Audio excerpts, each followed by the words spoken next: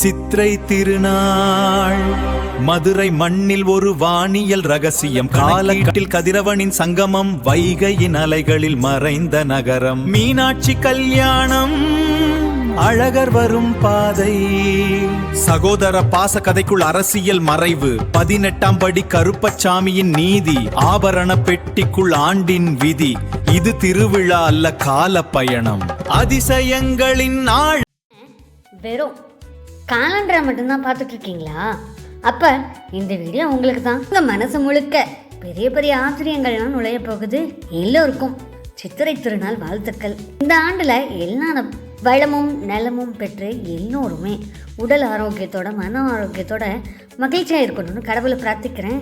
அதுதான் நீங்க டெய்லியும் பிரார்த்திக்கிறீங்களே, என்ன ஸ்ட்ரைட்டா மேட்ரிக்கு வாங்கன்னு சொல்றீங்களா? தமிழ் புத்தாண்டு வரணும், என்ன நடக்க போகுது அப்படின்னு எல்லாம் சொல்லுவாங்க.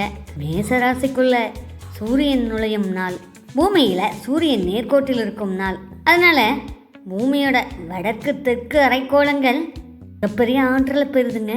பல நூற்றாண்டுகளுக்கு முன்பாகவே பெண்ணுக்கு முக்கியத்துவம் கொடுத்து முன்னுரிமை கொடுத்து உலகத்திலேயே பெண்ணுக்கு பட்டாபிஷேகம் செய்து வைத்த கலாச்சாரத்தை கொண்டது நம்ம தமிழ் கலாச்சாரம். பெண்ணை எப்படியெல்லாம் அழகு பார்த்துருக்காங்க பார்த்தீங்களா? நம்ம தமிழ் சுந்தரேஸ்வரரை பார்த்தவுடன் ஒரு மார்பகம் மறைஞ்சு போனதாகவும் வரலாற்று. அழகர் மலைக்கு போனா நம்ம முதலில் வணங்குவது 18ஆம் படி கருப்பசாமி.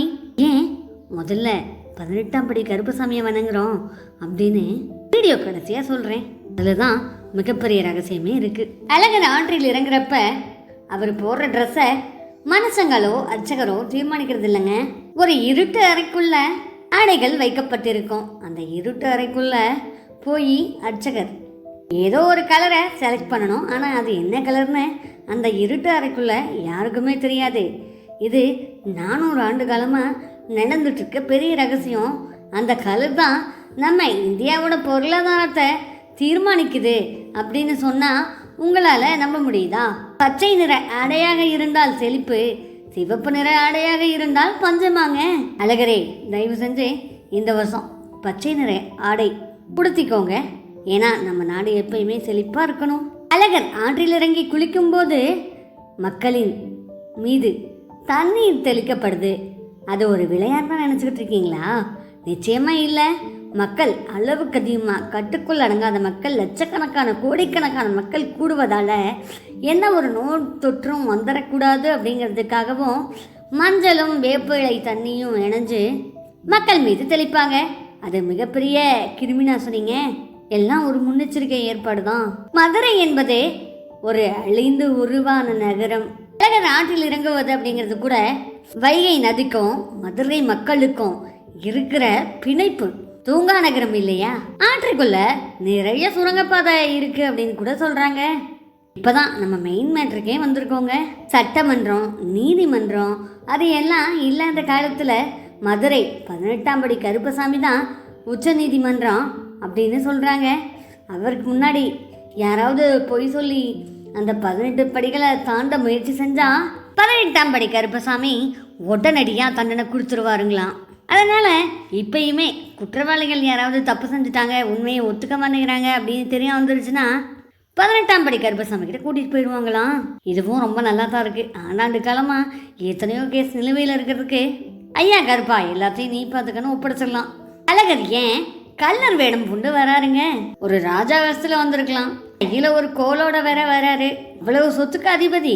ஏன் கல்லழகர்? அழகர் மலையில அந்த காலத்துல ஆயிரக்கணக்கான ஆயுத கிடங்கு, விலைமதிக்க முடியாத அளவுக்கு பொருள்கள் எல்லாத்தையும் பாதுகாக்கிறதுக்காகவும் அழகர் சிலை மிகப்பெரிய பொக்கிஷம். அதையெல்லாம் மக்கள் யாரும் முழுமையா பார்த்து சிலை மீது ஆசைப்பட்டுடக்கூடாது. அதாவது கடவுளோட ஆசைக்காக வெயிட் பண்ணலாம், ஆனா கடவுளையே திருடிடக்கூடாது அப்படின்னு அழகர் வேடம் உண்டு மறைப்பொருளா வராருங்க. இதுக்கு பின்னாடி இவ்வளோ பெரிய ரகசியம் இருக்குன்னு எனக்கே இன்னைக்கு தாங்க தெரியும். அது மட்டும் இல்லாம மீனாட்சி திருக்கல்யாணத்தின் போது குறிப்பிட்ட ரகசிய சடங்கு நடக்குமாமா. அதுல ஒரு மாய கண்ணாடி வருமாமா. அதுல அம்மனோட நகைகள், அம்மாவோட நகைகள் ஒரு கண்ணாடி பிரதிபலிக்குமா. அம்மா கண்ணில் தெரிகிற பிரதிபலிப்பு வருங்காலத்தையே கணிக்கும் அப்படின்னு கூட சொல்றாங்க. மதுரை ஒரு தாமரை மலர் போல வடிவமைக்கப்பட்ட ஒரு நகரம். திருவிழா காலத்துல கூடும்போது ஒட்டுமொத்த நல்ல சக்திகள் எல்லாம் மக்கள் பெறணும் அப்படிங்கிறதுக்காக அந்த வடிவத்தில் அமைச்சிருக்காங்களாம். வீடியோ உங்களுக்கு பிடிச்சிருக்குல்ல, லைக் பண்ணுங்க, ஷேர் பண்ணுங்க. அழகரை பற்றி சொல்லி முடிக்கல, பார்ட் 2 இருக்குது. இப்போ தான் வீடியோவை முறையாக பார்க்குறீங்கன்னா மறக்காமல் சப்ஸ்கிரைப் பண்ணி உங்கள் தோழியான எனக்கு ஒரு சப்போர்ட் கொடுங்க. இவரோட ஆசி, சித்திரை திருநாளின் ஆசி எல்லாமே நிறைஞ்சு சந்தோஷமாக இருங்க. பார்ட் 2ல சித்திரை 1 அன்னைக்கு என்னென்ன உணவுப் பொருள்லாம் சாப்பிடலாம், அதில் என்ன ரகசியம் இருக்குது அப்படிங்கிறதையெல்லாம் நம்ம தெரிஞ்சுக்க போகிறோம். மறக்காமல் பார்ட் 2 வந்துருங்க. அனைவருக்கும் நன்றி.